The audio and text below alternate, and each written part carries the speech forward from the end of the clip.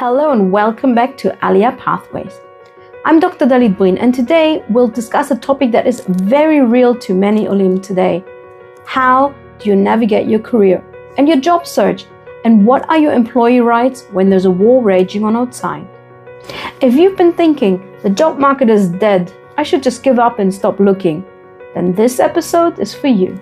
We're going to bust that myth and show you that the Israeli job market is not completely frozen and that there are practical steps you can take even now. Joining me today is Tomer Harel Kamin, VP HR at Kramer Electronics.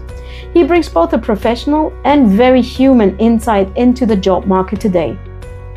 He'll tell us about the rights that job seekers and employees have and how to best communicate with your employer when you're trying to juggle jobs, siren, your children, and everyday stress. In this episode, we will talk about how to best move forward without burning out, how to best approach your network with confidence, and what protection you have, including around Miluim and family responsibilities. My hope is that by the end of this episode, you'll feel more informed, less alone, and empowered to take on the next steps even during these very challenging days. So take a deep breath, maybe grab a coffee, and let's dive right in. So welcome, Tomer Harel Kamin, VP HR of Kramer Electronics. So lovely to have you back on the show. Thank you so much. So happy to be here again. So yeah, it's a pleasure for me. We did a podcast a couple of months ago on the topic of decoding the Israeli job market, and you gave us some really great tips. I got amazing feedback from Olim and a lot, so thank you for that. And right now, thank you. And right now we're at war again, unfortunately. And you were so kind to agree to come on the show to give us some real practical help of what to do in this very challenging time, how to look for jobs, and also we're going to talk about employee rights, because I can tell you, among the Olim community, I literally get asked every day. I get WhatsApps, phone calls of what we can do, especially when you're having children. So you're going to also give us some tips on, what employees and employers' rights and privileges are. So thank you. Sure, thank you so much. So many people think that it's war, so nobody's hiring. Well, really, often we have the feeling that business goes on as usual. So maybe you can burst that bubble a little and tell us exactly what is going on right now in the market. Right. So it's not actually a feeling. I can tell you that from the network I'm seeing, companies are hiring, and even more than what I expected. So we are at war. We are in the third week. And then the third week. So of course, the first week was a freeze. People was trying to understand what is the situation and where we are going at. Usually takes time, and we understand how to, we are human beings. We get used to things, and then we are happily also that the situation is even less critical than what we expected. Most of the people, anyhow, companies understand. They look that. There is business already, and the day after the war, they need people. They need business to continue. People are from home, and so I see actually many open positions already. I think also the experience being at war and maintaining the business, the experience is also something that we can see companies and people in the HR recruitment departments know what to do. Right, absolutely, yes. So I'm up very. And also, on that topic, I find it amazing. I mean, I find myself as well. I just I grab my laptop, go down to the shelf, and just continue to work from there. So I think because of the many wars that we've been through, we have built up some sort of resilience. Yes, in the first few days we're in shock and we have to kind of get adjusted, just as you said. But then we pretty much try and handle everything as well as we can. And another thing is, this routine and this being busy with work is actually also a way to stay stable and sane, and to also take our minds off, what goes around us. I totally agree. I have so many conversations with people about what to do in this time. If you're looking for a job, if you're already working, if you have kids or not, it's very depends. From one side, you want to continue to doing the same things and to have a routine. Keep on walking, make sure your family is safe, and have fun. Maybe also have fun actually, and enjoy the advantages of the war and the era or times or days. Right. And in the other hand, it's also personality differences, and some of us take it a little bit more and understand it totally, right. Afraid to go outside, and it's all fine. But I think that each one need to find the sweet spot that make each one the right balance. So from one side, to do what makes you feel more relaxed and maintain a balanced mindset.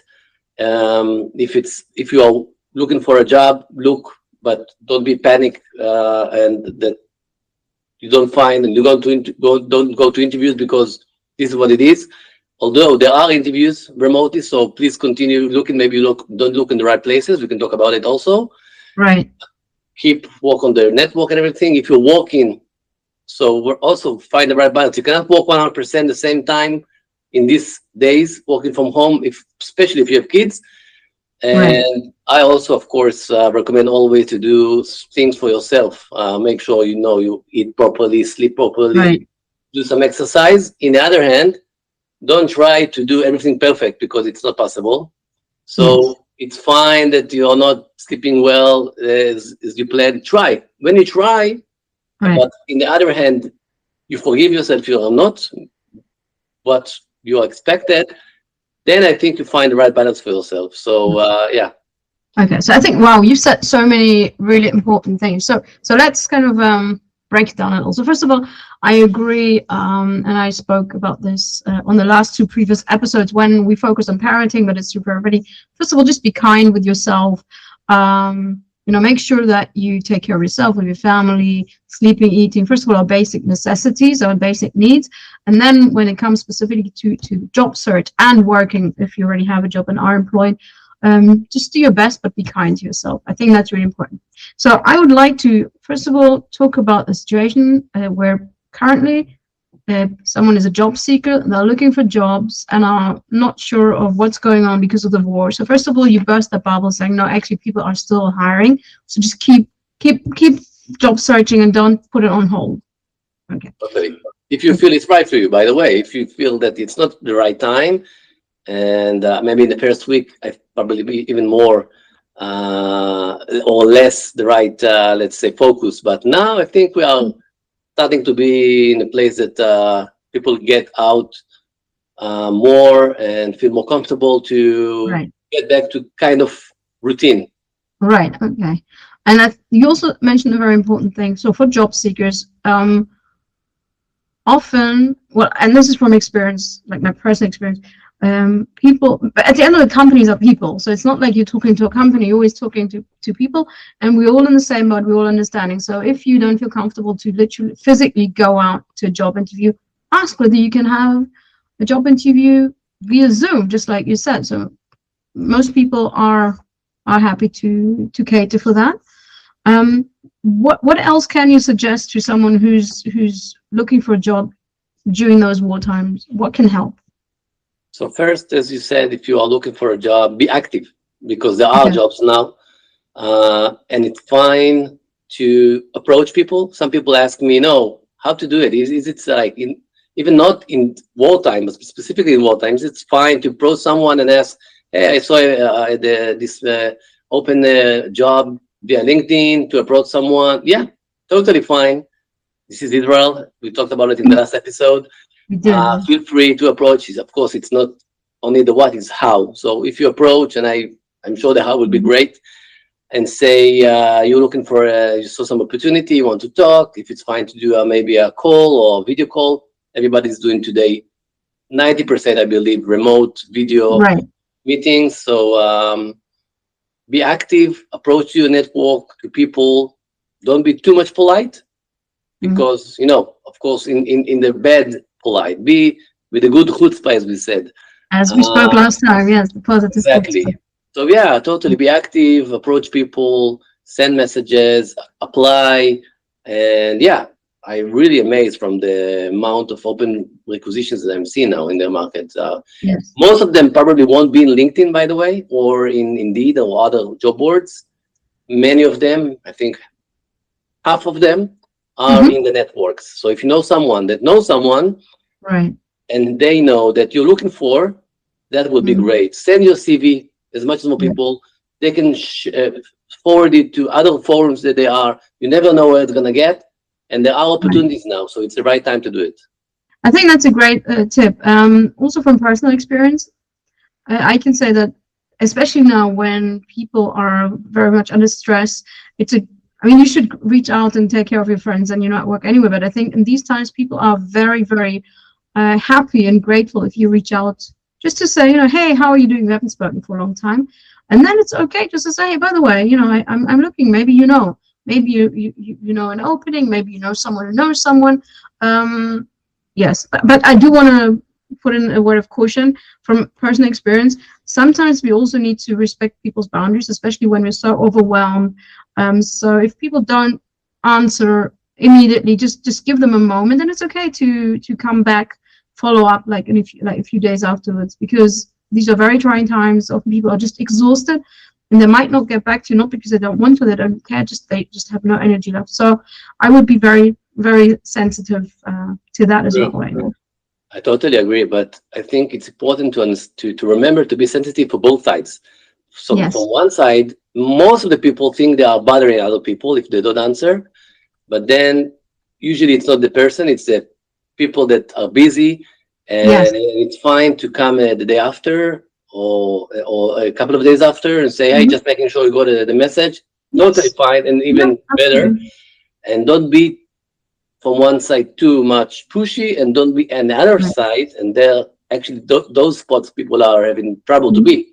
Don't be too much polite. It's of course personality and differences, and some people feel more comfortable, but most of the people feel less comfortable to approach people. Go out from your let's say boundaries, from your and do it. Send a message, polite one, but do that and flow it. Don't expect anything. Just be surprised if it's work. Maybe so I want to tell us a quick anecdote about this not being too polite. So like everybody else, I'm exhausted. I'm working as much as I can, taking care of my kid, whatever, like everybody else is doing. And I had an acquaintance reach out to me about a job opening that he saw, and he was trying to be so polite and trying to kind of weave it in. And he asked me this question. I'm just, hold on, just send me the CV. I'll send it, but I'm exhausted. I don't have to. What I'm saying is, be direct. It's okay. I know that some people don't feel comfortable to bother someone just because they're looking for a job. Personally, I think it's okay. Just if you need something, I'm always happy to ask, and most people I know are the same. You don't have to have like a half-hour conversation and then say it at the end, because like me in this case, I was exhausted. I just wanted to help and get on with it. So don't be too polite. But as I said, people are always happy to have a conversation, and many people, especially now when they're stressed, like that human contact, maybe more than in other times. Okay. When it comes to looking for employment, especially when times are tough, sometimes companies are more flexible or are looking for that flexibility. So what is your stance on looking for maybe just project work, or maybe part-time or temporary? As always, by the way, not only in war times, but of course now even more, there are opportunities and companies that looking for temporary assignments or projects, as you said, and people need to think maybe it's not what they're looking for, but maybe it's a good time to take partial job or time-bounded job, and to gain more experience, to gain another company that you work for. It can be even more comfortable. I'm not saying that there are many opportunities like that. Most of the companies in Israel used you and looking for full-time job, or if you're looking for a company that have projects, that's what they offer and provide for the customers. So they will probably can have this kind of solution, but most of those cases are you won't get maybe the best, let's say, compensation and benefit, because then you're gonna be a contractor, a third party, and then, but at least it's something that might be suitable for the right time for the right people currently. Right, and especially maybe for newcomers, both in terms of Olim, or maybe if you're trying to enter a new niche or a new market. As you said, it's a great opportunity. It's a great way to get experience and also to network. In Israel, more than anywhere else, you get to meet new people, you get to work with new people. Sometimes that can translate into something more permanent, maybe. Who knows? Totally. So, okay, wonderful.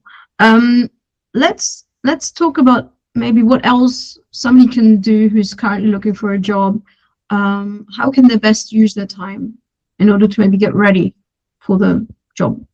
Right. So as I said, besides taking care of yourself, your mental health, your physical health, like sleeping, eating good as much as possible, enjoying the time with yourself, with the people, the family, exercise if it's possible, but also maybe learn some new things. It's good opportunity. Right.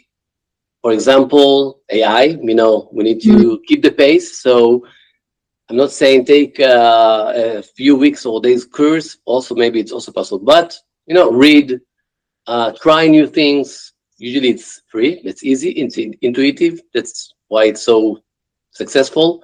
So try new things for yourself. By the way, maybe if it's not for your professional career, but even more, be prepared.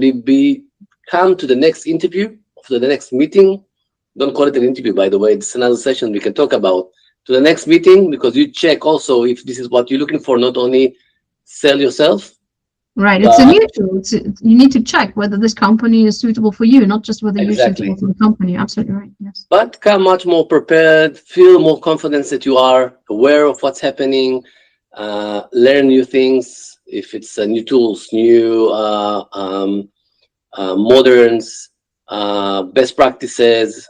Know people, meet people. It's a little bit hard to do it outside, of course, but as you said, reach out, send a message, have a call, so you can expand your network, expand your knowledge, in the right balance, of course, not too much, but it's also very, I think, enjoyable that you also learn new things, feel that you are not wasting time. Yes. I'm not saying that you're wasting your time if you don't do it, but it's also a feeling of accomplishment if you do Absolutely. that. Another thing that first of all, I'm a big fan of generally, no matter whether you're employed, unemployed, whether it's war or not, is volunteering. You can have the most different formats. You can volunteer on a regular basis or even just on a one-off. Find something to just lend a helping hand. You feel very accomplished. You feel very good, even if you just go for for a couple of hours. It's a great way to meet new people. It's a wonderful way to connect to your community, especially as an Olim. It's a great way to enter into Israeli society. I've been volunteering for a long time now, different places, and it's really great. And you never know who you can meet. You never know.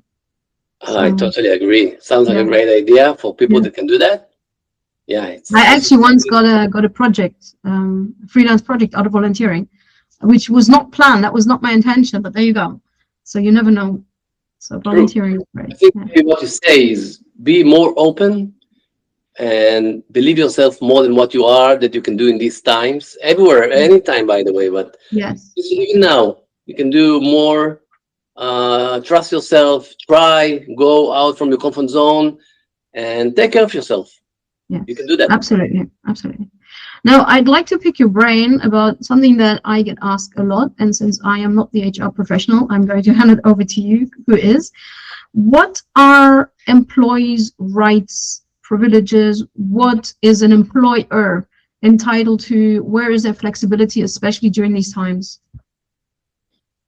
So it depends really on the role and the type of the company, but most of the companies, the majority of the people in the roles, can perform their work from home. Then, by law, by the way, the company cannot enforce someone to work from somewhere, but they can put people on leave of absence. and not Okay, paid. unpaid leave. Unpaid leave, yeah, exactly. It's not common, and as I say to most colleagues and managers that I talk with, they agree, most of them. People remember how you treat them in situations, and for yourself, you want to feel comfortable that you're doing the right thing for people. It's all about people. So most of the companies understand that for business continuity and future stability, they need to allow people to work anywhere that people feel comfortable from, if they perform the work good enough. I'm not saying as usual, because let's be realistic, but good enough for business continuity. Some people, by the way, can do it better. They don't have this travel time and busy roads, and they are working and their home office is very equipped and quiet. They don't have kids or other things. I don't know. But yeah, the average can work from home. If it's not possible, they can come to the office. Now, actually, the roads are very, very free, available, and they're not jams and everything. But yeah, there are the alarms, so it's not everyone feel comfortable to do that. But yeah, I didn't hear about companies that or people that they didn't find the right solution with the employer. Also, the employer and the HR department and the managers, even inside the organization, can find the right solution, and they should, for the specific people per their personal situation, specific role, and but yeah, it really depends on the company. Yeah, and again, based on my experience with you, working with you, I know that, again, as I said also in the last episode, what you say is not just lip service, it's true. I remember last year when we had the rockets flying, because I'm a single mom, I was extremely worried, and I was having a harder time in the beginning, and you were so kind. We spoke about it. You said, just take another few days, work from home. It's okay. That really took off a lot of pressure, because yes, I was worried because I didn't want to leave my child here, because there was no school, and I wanted to make sure I get my work done, and I wanted to make sure that my employer is okay with it. And you were so kind, understanding, and then you also give me a little nudge and saying, you can do this. And then I went back to the office, and everything was okay, and it was actually good to get out. And yeah, so as you said, it's all about people, seeing each individual and making sure within the boundaries of reason that we are flexible and kind to each other as much as to ourselves. Yes, I agree. Thank you for that. And I really hope most of the companies treat people the same. This is our job, to make sure our people are okay and safe, and we know it's temporary situation, and we need to find the right balance between business continuity and people preferences, and think for the long term also, not for the short term only. And it's about conversation and allowing things to be creative. And but some companies are not treating people the same, and this is also a good test, by the way, to understand if you are working in the right place with the right people. Very true. Hopefully you are. Yes, absolutely. Could you also give us some clarity as to employees' rights when it comes to Miluim, like the reservist service, as well as if what happens if your spouse is in Miluim? So many families now face the reality that at least one of them, usually the guys, what can you do, is gone for so many days, which really puts a large burden on the spouse who stays behind, especially when they also have a full-time job and have to take care of the household and the children. What are the rights they have? Right. So that we can split these cases to two. One is what we just spoke about, what the company can do besides the law, and I expect to be flexible, as I said, and to see the person needs. From the law perspective, if an employee goes to the reserve unit, or by the way, the same to maternity leave, and the spouse, or it's the employee spouse who goes to somewhere, and the law don't allow the company to terminate this person, to fire him, and also not to harm any of the compensation or working hours, only if it's agreed upon a letter, documented, written with the employee, or if the situation is not per the employee specific, but let's say, for example, the whole department, the whole company is now in a crisis. So the company can get approval to, unfortunately, take people to unpaid leave. But if it's just this person, and just because he's not available, because his spouse is on paternity leave, or I don't know, other reason, that because of this war, the company cannot harm this person, and if it does, go to a good lawyer. Okay.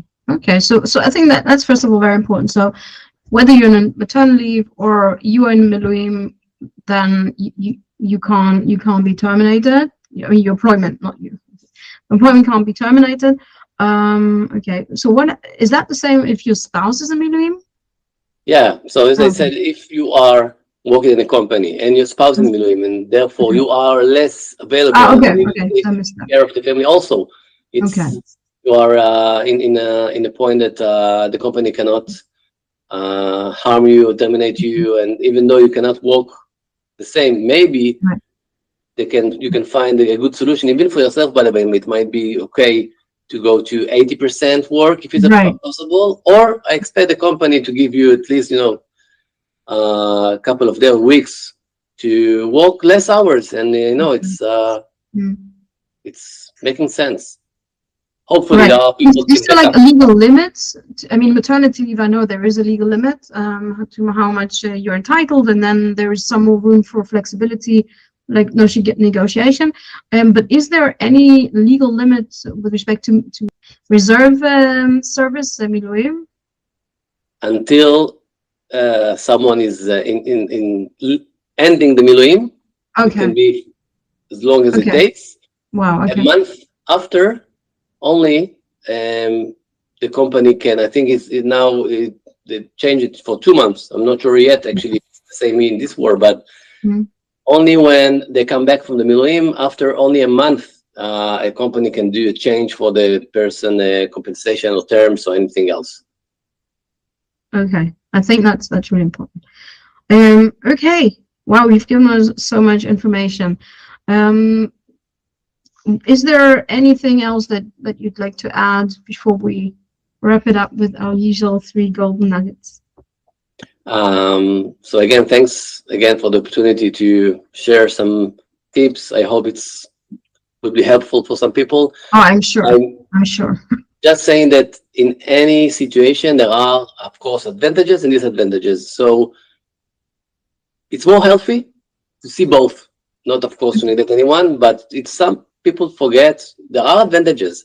So working from home gives you some more time with your family. It's okay not to work the same way. Do other things that you didn't do before. And again, still, you have excuses to approach people remotely because you're not meeting them.